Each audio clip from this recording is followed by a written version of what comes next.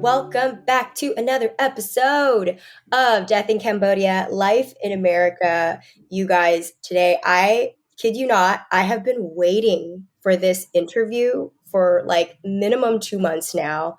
I am so excited to have her on. Today, we have Monica Sok. She is the author of A Nail the Evening Hangs On and the chapbook The Year Zero. She's received a bunch of grants, such as the Elizabeth George Foundation, Hedgebrook, Jerome Foundation, Kudeman, McDowell, and the Wallace Stagner Fellowship at Stanford University. Her poems have appeared in American Poetry Review, Paris Review, Poetry, Kenyon Review, and A New Republic, amongst many others. She's earned her MFA in creative writing at NYU and has recently taught at Stanford University and the Center of Empowering Refugees and Immigrants in Oakland. So basically, you guys, the queen of Cambodian poetry. I am so honored to have her here. Monica, welcome to the podcast. Thank you so much, Dorothy. I won't claim that I'm the queen of Cambodian poetry because I'm just waiting to, I don't know, like I can't wait to read more poets who are all claiming to be queens. So if I can just say that, that's something I will put out there. So thank you so much. Well, I got to be honest with you. Today, as I mentioned, I'm so excited to have you on here. I've read your book, A Nail the Evening Hangs On, which is what we'll be discussing today. But I just want to say that I've never read anything so beautifully written about what and how generational trauma feels like from so many different perspectives. Like, I felt like the way that you wrote it too, it was as if I had to kind of read the poems. I read the poems again and again, and each time that I read it, I felt like I got a little snippet and I found something new every time I read the poem. So I've truly never read anything and experienced anything like this before. So I guess my very, very first question to bring this all back, just tell me a little bit about yourself, Monica. Tell me about your upbringing. Where were you born? And what are the most important things about your childhood and your foundation that have created the Monica we see today? Yeah, it means a lot to hear you say such kind words about my poems. And yeah, the very first book that I have, and the only book, like full-length collection that I have, I didn't really get to see how audiences, interacted with it in person because it came out in February 2020 and immediately we went into lockdown. And so it means a lot to always hear people, how they experienced the book. So thank you. So I grew up in Lancaster, Pennsylvania, which people know as Amish country.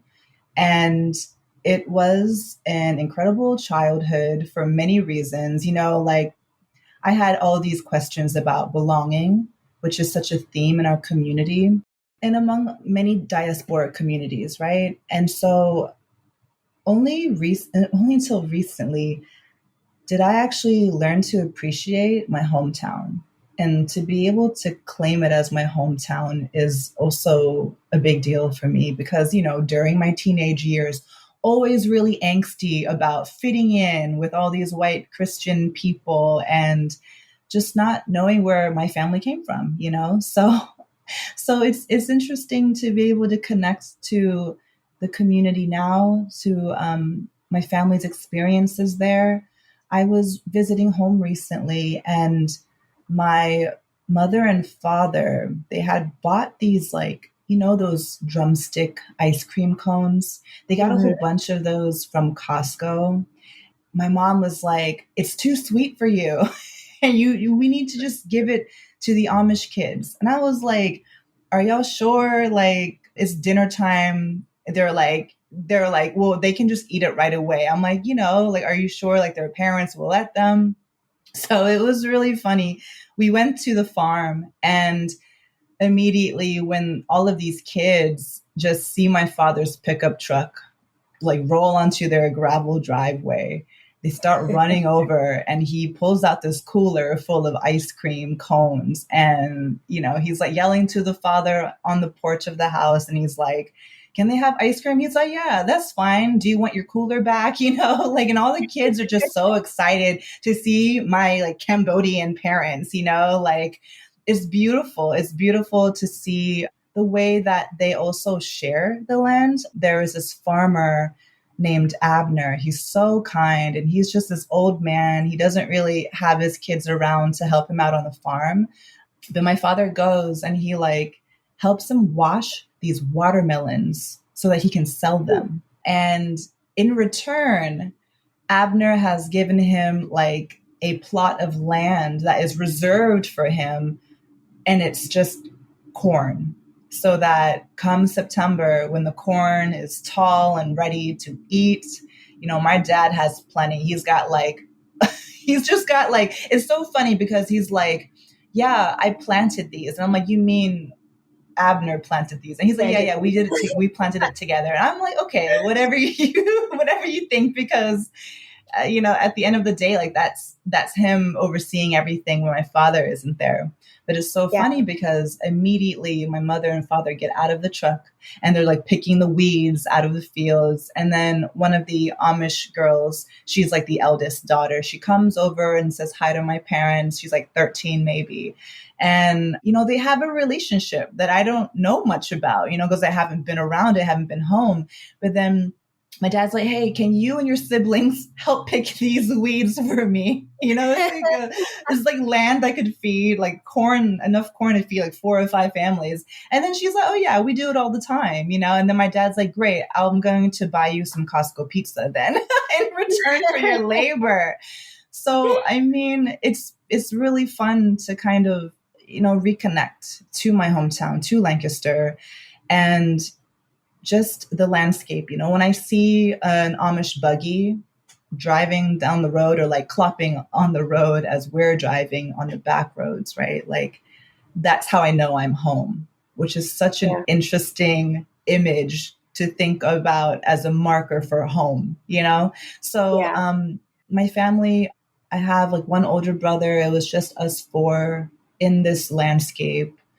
And we had family in Harrisburg, like maybe less than an hour drive away, and some in Philly. And we had our own community, which was us, like our family of 4. But then we'd always be surrounded by our cousins and aunties and uncles, our grandmother, the only surviving grandparent we had. And I have like a lot of things I can tell you about growing up in Lancaster, apart from the feeling of being so isolated there, like, oh, I feel so isolated as a Khmer girl.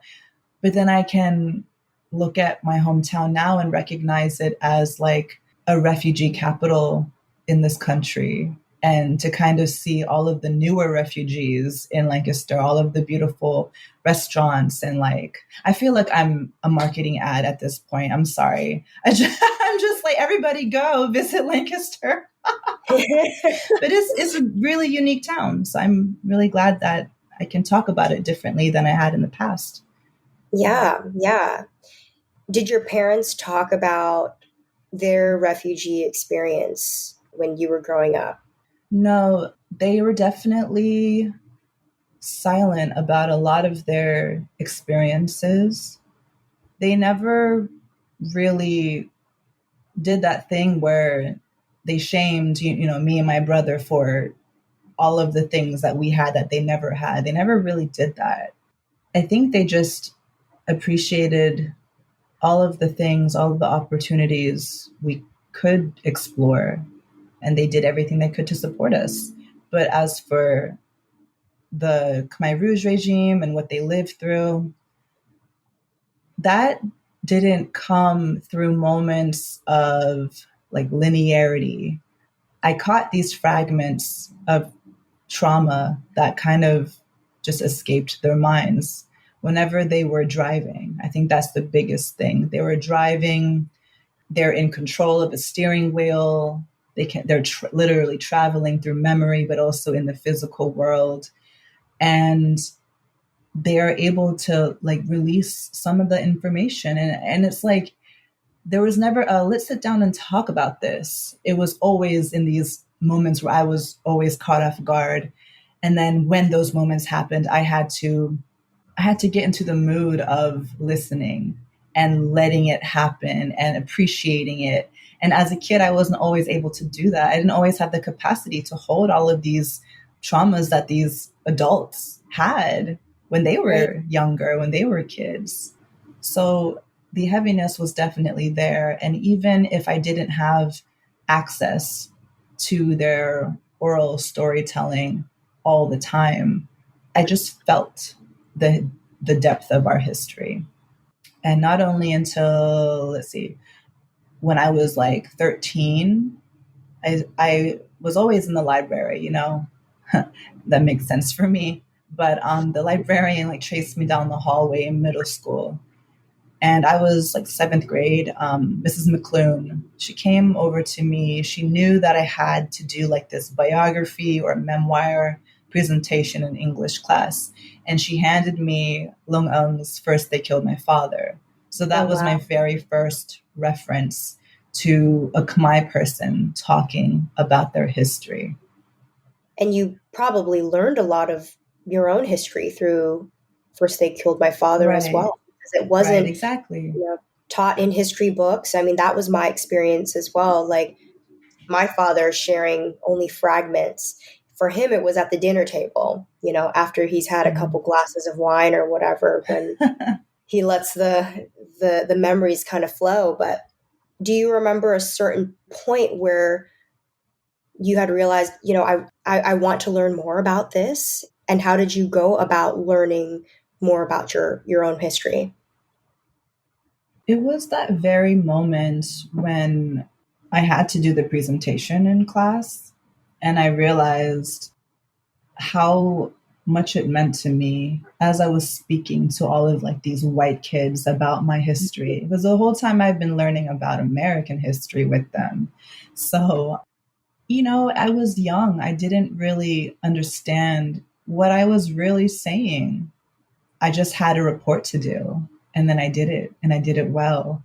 But then Mhm. I was also so overwhelmingly emotional that, of course, the questions began there in that moment. I Mhm. had to keep searching. It was challenging though, because, like you said, like we didn't really grow up with, all of these academic textbooks that had entire chapters, about what happened in Cambodia and US involvement, all of that. We didn't get to really have any access to that. So the curiosity began there. And I went to college, and I did everything I could to find a way to like study abroad in Cambodia. Mm. And I was able to get this scholarship so I could study a year long or be part of a year long exchange program in Vietnam, because that was the only way I could get into the region. And part of this year long study in Saigon, I was able to do a field study in Cambodia Mm. and also take a field trip to Laos. So I got to Mm. go explore like political Southeast Asia in the context of like the war, the American war there. So I really got the opportunity to just understand myself as a Khmer person, not just in America, but in the world. So I was no longer asking myself, like, where do I belong just in my small hometown of Lancaster? I was all of a sudden like in a neighboring country to our ancestral homeland and Yeah. asking a lot of questions about the history there, and things. There are things I just don't even know now, and so I'm overwhelmed with sometimes with just the flood of information that we're accessing today, which is exciting. But I'm like, oh my god, I don't know any of this. So I feel Yeah. like it's just going to take our whole lives to learn these things. Yeah. Yeah. What was that whole experience like? I mean, for me, people have asked me all the time, like, have I gone back to Cambodia? And I haven't, unfortunately, only been as a middle schooler. I haven't yet been able to experience it as an adult. And especially now with his whole podcast and all this kind of reclaiming of my identity, I feel like that's been happening over the past 4 years with the podcast and everything. I can only imagine how it would feel like for me to go visit. You were in college, it seems like, when you were there. So I can imagine, like, just how was that experience overall? Well, I actually went to Cambodia around the age of 10 with my mother, my father, my brother. And it was the only time that we've gone as a family. I mean, I think you asked me about like my questions about our history and, connected to like familial silence. But now Right. that I'm thinking about it, like as a kid, that was the first time I really got to locate myself in the larger world as a Khmer girl. I was a kid and I was just like in wonder. So it was a very romantic kind of experience. And I got to meet all of my family members on my father's side. And I got to stay in my maternal grandmother's village in Prayang. And it's a very different Cambodia today, which, I haven't been since 2016 and I'd love to go back soon. So it feels like a long time, but ever since I guess I was a little girl, I just had this longing to go back to Cambodia and to go back, over and over again. I've had dreams of living there as well. And I've been told by some other Khmer artists that I need to go and just live there for a couple of years so I can, do my art there and write, which I think would offer a really beautiful and new perspective, in the work. But I went when I was a girl, and then as an adult for the first time, it was through that study abroad program that I was able to go. And while I was making all of these discoveries about myself, my history, like, I was like maybe 19, barely an adult, like a baby adult. Yeah. So I Yeah. remember like, in Saigon, I'm trying to recall memories I have there. And it's like, it's one of the most incredible life chapters I've ever had. And then like so much of it is in the back of my mind because, it's like, it was like a whole little microcosm of this young, just young me, like figuring things out. And so I discovered that I wanted to write poetry there. I discovered that it was something I already loved, but it was something that I was going to commit to. I will say that when I was in Cambodia and we were doing a field study there, I got to take classes at Panyasastra University or Panyasa. It was around November and it was 2010. And I remember the first day we arrived, the water festival was happening. And I was walking around and just exploring and, looking at all the stuff that the vendors were selling and walking in and out of these markets, just taking everything in, passing the Independence Monument. And I was so hot and I just got so tired from the heat that I went back to Golden Gate Hotel and I climbed the nine staircases, like up to the ninth floor. And I just ordered room service and I just chilled. And all of the other students did the same thing. And then the next morning, we learned that there was a stampede on Diamond Island. And luckily, everyone we knew was okay, but there were certainly students at the university who died in that stampede. And it was such a quick turn from the wonder and awe of being in Cambodia. So it was no longer like this romantic version of what I had experienced as a 10-year-old. It was really sad. I just remember these American exchange students just taking the day that we had off after that happened. They just took the day to like kind of hang out and have fun. And the whole city was empty. And I don't know what it was like on April 17th, 1975, but I also understood that the city was empty during that Mm-hmm. time too. Mm-hmm. So I can't compare what happened during that time to the stampede, but just to kind of see the city so desolate also made me understand physically what maybe my family felt like, Yeah. this kind of emptiness, right? I got to Yeah. visualize it, right? That was like my entry into Cambodia then as an adult. Yeah. You talked about how that trip really was the time that you had decided that you would want to pursue poetry full time, and full time meaning you want to commit to it. And I want to learn a little bit more about that. Have you always loved poetry, and have you always been kind of a creative writer? And did you always know you wanted to write a book? I did not really step into my passion for poetry until I was in college. It was Hmm. probably a year before I went to Saigon. It was the year that my grandmother died. I just was trying to find my voice, which sounds kind of cheesy, but it's true. Okay. Yeah, it's I'm not judging myself, but finding your voice, it feels like I did more than just find my voice.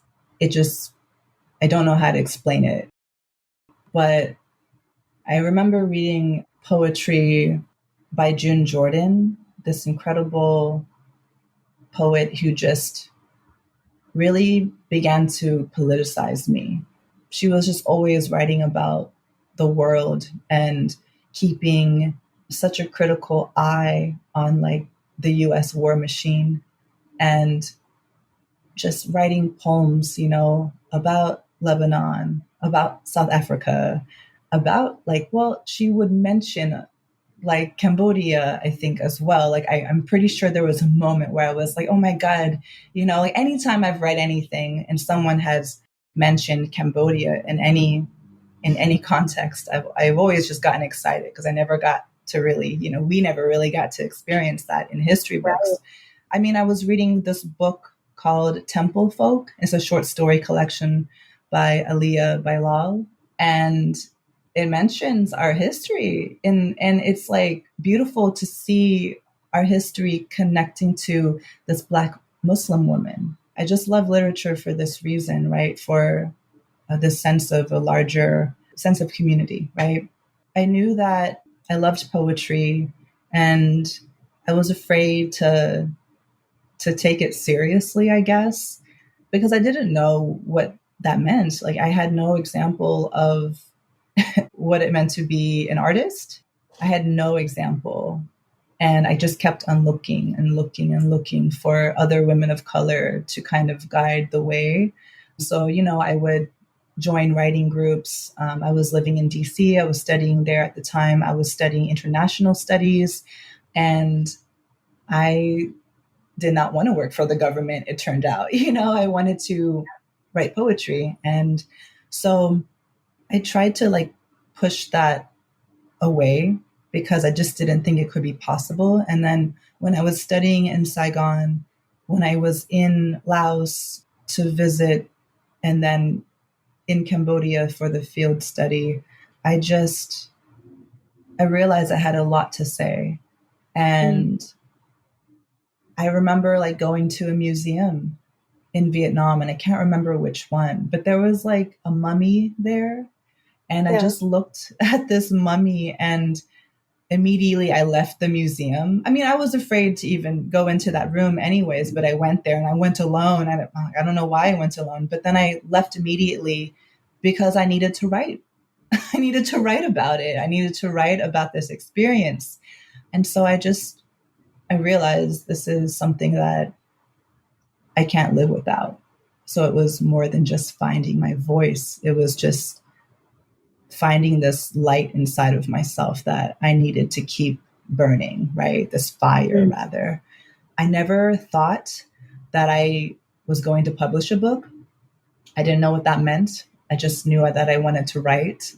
There was a time when I was trying to live in Cambodia and find work there and just start a life there after college. That didn't work out because someone had stolen my purse in traffic, like one of the people, on a motorbike. And Wow. I had to let it go, right? And it had my passport, it had my wallet, it had my phone. So I had to like leave the country. But during that time that I was in Cambodia waiting for my new passport to arrive so that I could leave, not that I wanted to. During that time, though, I was there for 3 more months with my family. And I like applied to NYU. I promised a teacher that I would apply to one program, and he chose that program for me. And it was beautiful. His name is David Keplinger, and he was like a teacher that I had in college who just really believed in my poems. He was one of those people who said, okay, yeah, I'll let you attend my class. I'll let you I will add you to the class because it was Mm. already way too full. But he tells me today, he tells me, I had a feeling about you, he's like, I let you into the class and I applied to NYU. He wrote me a letter of rec. And then he got his own teacher to write me a letter of rec. So I was in Cambodia, just like Wi-Fi wasn't really available at the time. My nephew had to go out to the store every time I ran out of like, I don't know what to call it, but it was like, oh my God, I have this deadline, right? And he just kept on running out to go get it. And so to go get me more like internet data, whatever you call it. But it was like really sad when I got back home because I was like, man, I feel like I failed. I didn't get to start the life that I wanted, that I imagined in Cambodia. But then I ended up getting accepted to NYU and I was over the moon about it. Mm. So I came to New York City, which is where I'm currently based. Came to New York City and I was so thrilled to just have this time and space to write poems. And I remember as a prospective student, I was sitting in my really incredible mentor's workshop, Yusuf Kumayaka's workshop. I was like, just like tearing up because it was a room full of poets just talking about language, just talking about words. It was just such an incredible feeling. And I just knew, right? So I love poetry. I really do. And I could talk on and on about it, but you have a lot of questions. If you want me to read a poem, I can start that. I can do that, but I'm happy to like answer any more questions. Yeah, Yeah. no, I think it's great. I mean, no worries at all because I think it's great to set the background of like how this book became to be, right? And the steps and the levels and the things you had to overcome to really like get to this point. I know you kind of mentioned a little bit about that moment in Vietnam where you were looking at the mummy and you were like, I have to go back and I have to write. Was that kind of how your writing process was in terms of putting this book together? That inspiration would kind of come to you in different moments? What was the writing process like creating this book? For this book in particular, well, I just wrote a lot of terrible poems. And I mean that in a really kind way to myself because you just have to get out the most rudimentary idea that you have onto the page. But really that's a good question because I don't even remember the first poem that I wanted to put in this book, right? I wrote, again, I was lucky to have this time and space to write. And I had to write this thesis, which then became my chapbook, Year Zero. And I took a lot of those poems and revised them, edited them. And I just, even if a poem is published, I'm still like, well, it's not done yet. And I'll just continue the work. And then I wrote Tul Slang, a long poem in the middle of my book, because that was a really formative experience for me in understanding, learning how to write about trauma and history and place. So I remember that was in the chapbook, and I included that as a centerpiece to my book. I think it took a lot of tears as well. It took a lot of tears writing this book because I was really afraid that it would not be accepted, that it wouldn't be good enough, that I would cause more violence emotionally. I never really knew that people could be proud of me for writing a book of poems. I didn't even know if anybody would read this book, right? But I had an incredible peer in my program just encouraging me to apply to everything so that I could keep writing. And it was like an impossible dream. And I achieved a lot that I set out to do. And I have so many more dreams. I have so many more poems to write about, poems that are not about my history or the genocide that, our history that we share.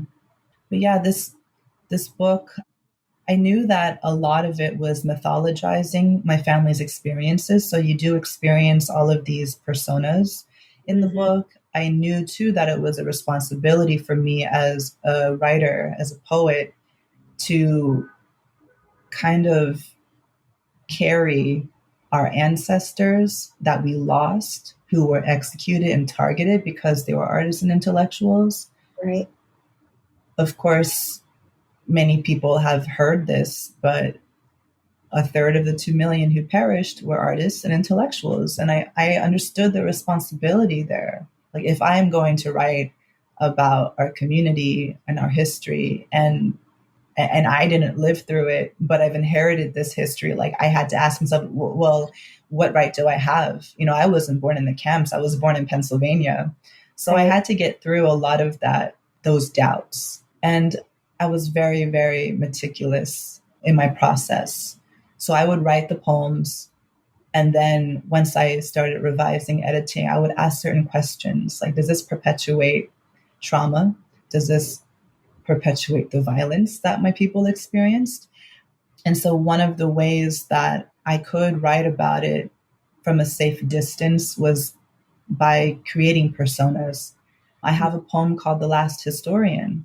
Some of the personas are mentioned, like the radio host goes into hiding. There is the last historian's wife that's mentioned in there, and she has a poem called I Am Rachana. So there were a lot of voices that came to me, not my voices, which is why I kind of thought it was funny to be like, I had to find my voice. But then, then I got to enter a kind of portal, and other people were writing the book. Other hands were picking up my pen. And that's something that I understood then, is I needed to feel safe while writing the poems, so then so I wasn't experiencing a sense of trauma that I was very familiar with because of my upbringing, my family, the silence, right? So then breaking that silence was a whole thing. Talking to my family, telling them, I'm writing a book. Can I talk to you about what you experienced? That was when they finally wanted to open up. Mm-hmm. And then they would just pull me aside and say, oh, you should write about this, and just tell me things, right? But I also included all those little fragments that I kept locked into my memory, everything that I paid attention to that they spilled unknowingly or knowingly, but uncontrollably. I can't trouble saying that word, but it's just, that went all into making this book. And then the last poem, I had struggled writing the last poem, and it's Ode to the Loom, because my grandmother is a weaver from Tegeo, and like, she was the first artist that I ever knew, though I don't know if she called herself an artist. I don't think my family really treated her like one. She just preserved our heritage. She preserved this art form and was celebrated for it, and was able to weave these fabrics for people so they could get married in them. And, it's just really incredible what she did. But I needed to finish the book with a poem, and that included the title of the book, because I just had the title already figured out. I was like, I know that this resonates with me. And this title was taken from like a failed poem. Not that it failed, but I just discarded it. But I was like, I'll keep this line, and it became the title of the book. It started out with the title first, actually, but then the last poem that included the name of the book in the content of the poem, it's like I needed to go to Ithaca, New York, to be on a writing retreat with another Khmer visual artist, a friend that I had made through, because he like read my work, and he was just such a great companion to have during that process of finishing the book. And we drove up to one of the gorges, and that was what inspired me to finish, this poem. Like I knew how it was supposed to end, because, it was winter time. It was icy, but we were like on the rocks and kind of tiptoeing to look at this beautiful waterfall, just this ongoing presence. And so I finished the book with a poem that was celebratory. An ode is a poem that praises something. And in this case, I wanted to praise the loom. And by doing so, I was praising my grandmother. That is a long way of telling you how the book came to be, which is so nice to reflect on, because it's been a really long time since I actually thought about the process of making the book. Yeah. I think anybody who were to read the poems can tell how meticulous you were and how intentional you were with each of the poems. And it is super interesting to hear you say how you had taken on these different personas, if you will, of different people of the Khmer Rouge, to kind of not only give light to these different perspectives, but also as a tactic to kind of safely separate yourself from like re-traumatizing yourself. And so, and it seems like then the different perspectives that you did highlight in the poem really came from the discussions you had with your parents, and picking out from the little stories that they were sharing, and taking that on. Is that right, Monica? Yeah, I think I wanted to mention that I really did not want to give space to like Pol Pot, or even like the word Khmer Rouge. I didn't even want to name them. And I just thought somehow by naming them, it would take away power from the ordinary people who survived that time, or the personas I created who perished. There were particular poems that I wrote from my parents' voices, in particular my father's voice, talking about just how I guess my father sometimes, when he talks about his experiences, he talks a lot about how he had to defend himself, and how to be careful, and how to speak kindly to the Khmer Rouge, soldiers. And it's like, I think in a way he talks about it because probably it scares him that he had to go through that. But also to say, I was really smart. I was really smart about this, and I'm proud of myself. But I'm also like, wow, I don't know what could have happened if like, I don't know how to say it. How do I name this? How do I give language to this? Like, I think he really is just in wonder of his own survival. Yeah. I mean, I know you understand that. Also, speaking to your own family members about this too, about, speaking with your own father through the podcast. And yeah, I have a poem that's in his voice but still it is only a certain feeling that I could capture, you know, is a certain feeling that I could transfer from what he told me to the poem. But I could never really encapsulate everything that they've been through. So I understood that as well. And I think a lot of the other poems about like the women, you know, in my family, there's just this distance of saying that these were four sisters, right, who were hiding. And it's interesting because there's a lot of repetition in this poem. It's called sestina. It's in the form of a Mhm. traditional sestina, and all of like usually in traditional sestinas, the very end of the lines are just repeated and woven in different ways throughout the stanzas. And in this case, I broke the rule, and all of the repeated words were scattered, but they were still there. And it's just suggesting that these sisters were hiding. And that poem is about like my mother and her sisters. So I didn't call them by name here, you know, but I think that was part of we can't say our names, you know, because we're hiding, right? So there was a lot of intuiting these things and trying to also locate my family in the English language, not in Mhm. Khmer, because these stories that they're telling me, it's like some in English, but then also really in Khmer.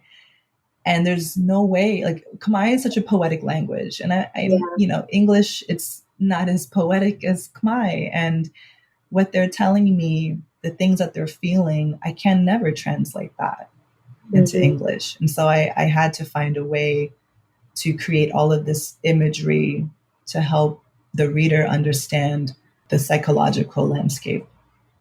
Yeah.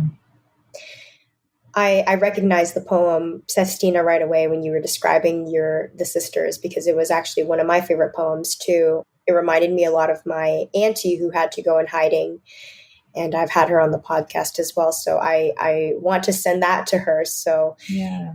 to see how she can relate.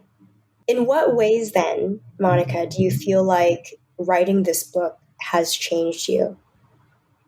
It really allowed me to feel more connected to the Khmer community. I was able to find our people through the written language. Like people reach out to me. They said that they're artists too. And then somehow we'd get together if we were in the same city. So there are just a lot of incredible connections that helped me feel less alone. Because when I was writing the book, I think I was really alone. I felt really alone. But then I met other Khmer writers, and I met, you know, like Khmer chefs, and, you know, there was a painter I met recently. But there's all of these beautiful ways that I just found my people to be in kinship with, Hmm. to create art, to continue building. And I think that changed me most of all. Like I said earlier, I didn't really get to have the debut author experience because the book came out during the lockdown in the early days of the pandemic. But I also understood that my book had legs, that it could travel, that people could access it. It was something I let go of. It's like a baby in the world learning to walk. And I know that this book will outlive me. And I think I don't even really know what that means. I don't know if I can know what that means, but I just know that this book is here. It's here to stay, and future generations can read it if they want to. They can be critical of it. They can say, I don't like this book, or they can say, I like this book, or they can say, this book is sad. I want to read this other poet who has more joyful poems. You know, like I think there's so many, and I celebrate all of that, right? I do, because we didn't really get to have that. Like, you know what I mean? We didn't really get to have, you know, like things An to even be critical opportunity. about. Yeah. Yeah, like I Yeah. think, and I'm looking forward to learning from writers who are younger than me, and writers who have Oh my God, so many different experiences. Like I know a writer, two writers actually, Khmer women from Long Beach who are writing nonfiction and fiction. And I'm just like, oh, I'm yearning for those books. There are amazing writers who are just like, they're working on their poems and they're maybe a little bit timid to publish, but I'm just like, no, I'm greedy. Please, like, please make sure that this book is something I can read and have and hold in my hand. But, I feel a little bit greedy when I say that, but it's all from love. And I want to see more. I want to see more of us doing more things that we never thought could be possible. And then I want us to believe, oh, all of it is possible because it is. I've taught students who said to me that they feel like they really owe their parents something. And they owe their parents, right? Or maybe as another student said, oh, I don't have an interesting story to tell. Like my grandparents do because they survived the genocide. And I'm just like, no, but you are endlessly interesting. Doesn't mean that your story matters less. And I really want young Cambodians to hear that, those who are interested in being creators of anything, is that you really do have something to say. And you have to actually begin by saying, I have something to say. Because when you say that, it's almost as though you never said something before. And now you have this new canvas in which to spill your paint on and make your mark. And so I'm very excited about what's happening today. And I guess there's just so much to say. I mean, mostly the book changed me because it brought me community. Mhm. And for those people who will outlive us but still have this book in their hands, what do you hope the future generations will learn from reading your poems? Oh, wow. Did I dodge that question earlier? I'm just trying to think, what do I want them to learn? Gosh, I guess I want them to know that their history matters, that it's important to interrogate what it means to be American. And that doesn't always correlate to this narrative of gratitude. Oh, we have opportunities here. Or there's, it's like, I don't think in this book I'm trying to prove that I am American too, and I think there's a narrative like that, all of us grew up with in a sense, right? I'm really trying to talk about US imperialism in this book. I'm being very critical of these nations that call themselves benevolent after they bomb our homeland and displace us, and then make life really difficult for us here in America. And those difficulties can be overcome, and we can just thrive incredibly, from those challenges. But I think I just really hope the future generations remain critical, continue to fight against empire. There is a genocide in Palestine right now. And when I think about the refugee experience in this country, we've also got to align ourselves with the indigenous people of this land who also were almost erased, right?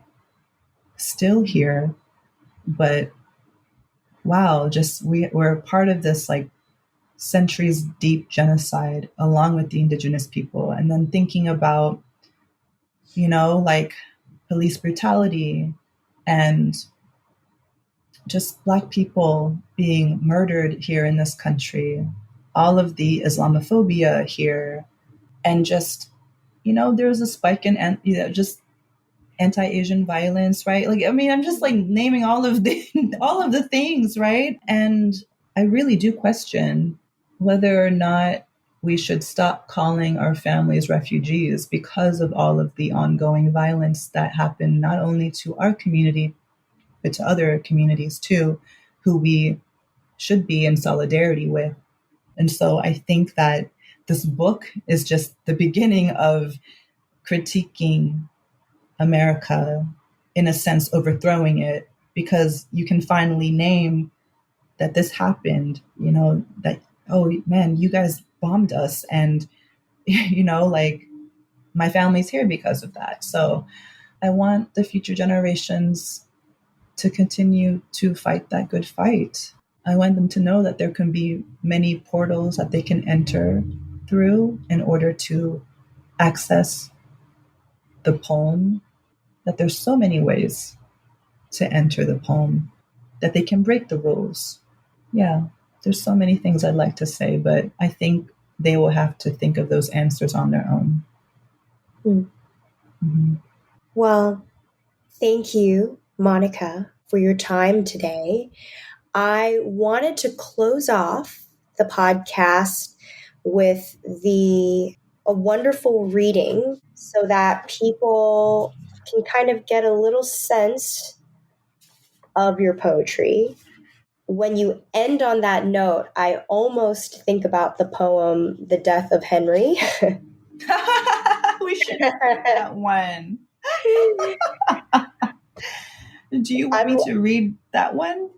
There's so many. Guys, listeners, there are so many to choose from. It's like hard for me to choose. I think I still want to stick with The Radio Host Goes into Hiding, only Sure. because I find this poem, when we talk about the way you were so intentional with your writing, I found that specifically this poem, the way that you wrote it, was different. The formatting that you kind of wrote it. And people, when you guys buy the book, you guys can see that the formatting of this poem is very different from the rest. And I would love to know and hear how this is supposed to sound. Right. I will do my best to this. I'm honored that you asked me to read an excerpt of this poem because it's a poem that I often don't read to audiences because it's so long.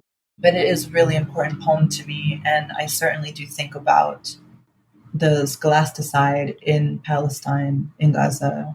So this is called The Radio Host Goes into Hiding. And in this excerpt I'm going to read, I will say that the young girl is my mother, and she told me this story. So this is a fragment from a story she told me. So the radio host, this is in his voice. At night, I stand close to Ankar leaders who invite us to their meetings.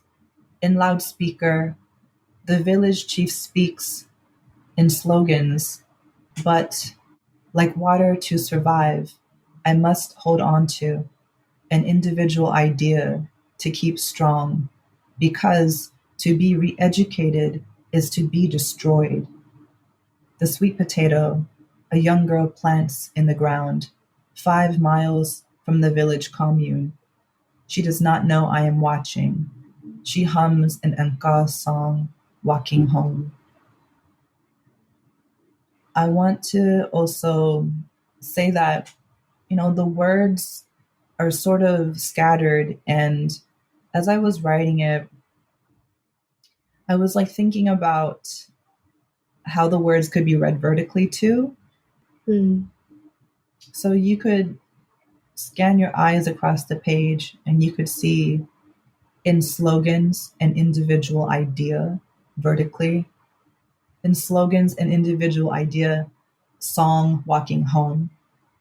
You could see like water to survive, to keep strong, to be re-educated is to be destroyed. Like just that concentration of the words there, of course.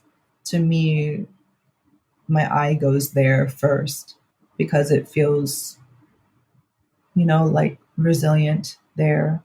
I feel like, again, it's the hiding, the radio host, literally the word hiding is in the title. And I'm just thinking about how the words just kind of run across the page and how there is just so much space.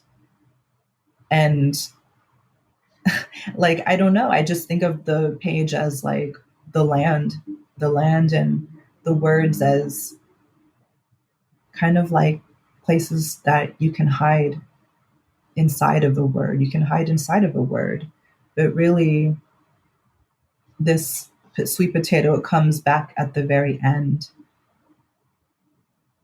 And there is some sense of hope there because a potato is a root vegetable Mm. which you can grow and you can continue to feed people and you can continue to survive with.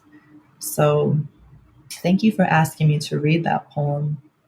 When I read my poems, I go back and I'm just like, oh, I need to, it's like the poems teach me something too every single time. And every time I read it, it's like there are new doors. And so it's fun to talk to you about these things. So thank you.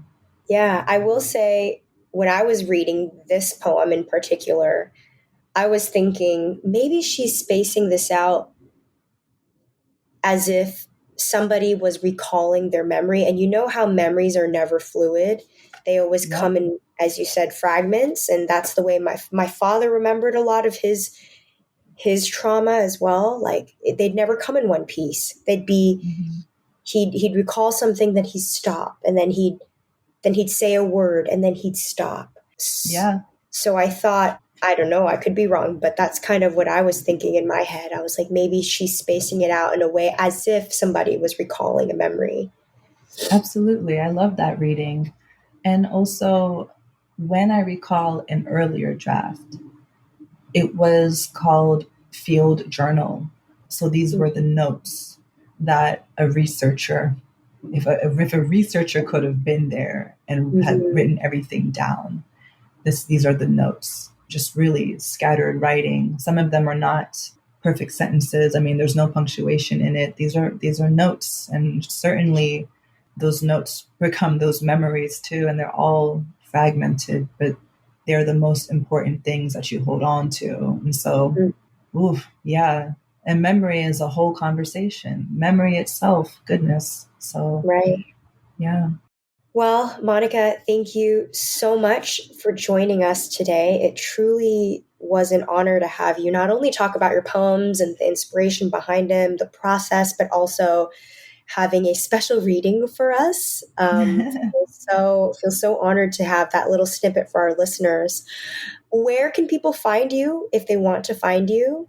As we did the reading today, I don't know, do you offer readings to like schools and stuff like that? Where can people find Mhm. you? Yeah, it's so funny because my first thought, you won't be able to find me because I myself am like staying very low key. I don't want to say I'm hiding exactly, but I'm like, She's you like, can't don't find find me. me. I'm Don't like, find don't leave me. me alone. I'm just saying that because I've just been so deep in working on the next book. And so I'm not Mm, necessarily trying to put myself out there. However, of course, you can write to me. You can find me on my website, monicasuk.com, and you can invite me to, read at your school or in your reading series or at any kind of event. I'd love to participate. To be honest, I think it's been a while since I've really given FaceTime to audiences, and it would be really nice. I always enjoy my time talking to people about poetry. So you can find my words in some publications that are coming out, new poems through the magazine The Believer and also New England Review. But now that you're asking me how people can find me, I'm like, oh yeah, social media, but I barely go on there. So I'm like, oh wait, people usually say their handles. But I'm just going to say you can find me on Instagram, but I barely post right now. It's Monica Juice. And juice, I learned in Polish, it's sok. So you'll see like Oh, carrot juice and it'll say 100% sok. And so it's just a play on words. oh, I love Monica that. juice. I love that. But yeah, I really am excited for the newer poems. I'm really excited about that. And hopefully you'll be able to find me there in the words. So thank you so much, Dorothy. This was really lovely. I'm so grateful for the work that you do.